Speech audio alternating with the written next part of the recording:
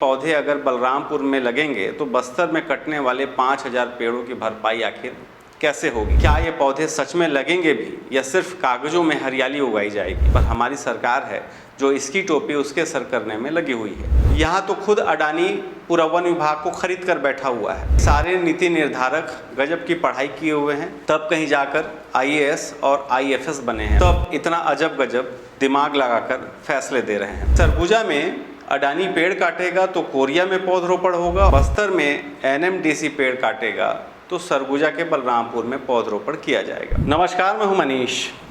दैनिक भास्कर की एक खबर मैंने पढ़ी जिसमें लिखा था बस्तर और दंतेवाड़ा में 5000 पेड़ों की कटाई और उसकी भरपाई 815 किलोमीटर दूर सरगुजा में पौधरोपण।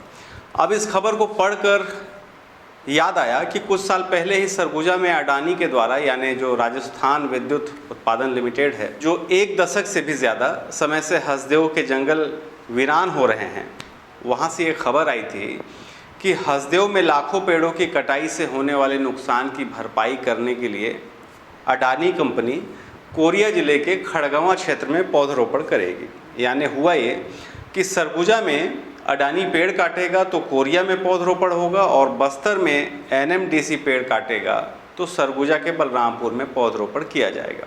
है ना गजब की तकनीक। यह वाकई में एक विरोधाभास जैसा लगता है। पारिस्थितिकी यानी इकोलॉजी के नज़रिए से देखें तो जिस क्षेत्र के जंगल काटे जाते हैं उस इलाके का पूरा इकोसिस्टम, जैव विविधता और स्थानीय जलवायु प्रभावित होती है।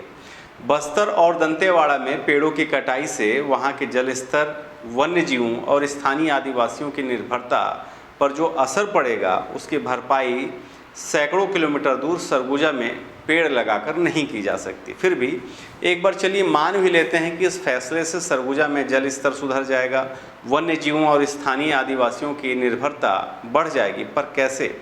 यहाँ तो खुद अडानी पूरा वन विभाग को खरीद कर बैठा हुआ है। तो इसका मतलब ये हुआ कि ये सारे नीति निर्धारक गजब की पढ़ाई किए हुए हैं, तब कहीं जाकर IAS और IFS बने हैं और तब इतना अजब गजब दिमाग लगाकर फैसले दे रहे हैं। आपको जानना चाहिए कि नगरनार स्टील प्लांट से लौह अयस्क को सीधे बचेली तक पहुंचाने के लिए NMDC 15 किलोमीटर लंबी पाइपलाइन बिछा रहा है। इसके लिए दंतेवाड़ा और बस्तर जिले में 5000 पेड़ काटने की तैयारी है और उसी की भरपाई के लिए बस्तर से तकरीबन 800 किलोमीटर दूर सरगुजा संभाग के बलरामपुर में पौधरोपण किया जाएगा। इसे लेकर कंपनी और वन विभाग का तर्क यह है कि बस्तर और दंतेवाड़ा की ज़मीन पथरीली है, यहाँ पौधे उगाना काफ़ी मुश्किल है। पर्यावरण प्रेमियों का सवाल है कि पौधे अगर बलरामपुर में लगेंगे तो बस्तर में कटने वाले 5000 पेड़ों की भरपाई आखिर कैसे होगी? NMDC का दावा है कि वन विभाग ने उसे इसके लिए मंजूरी भी दे दी है।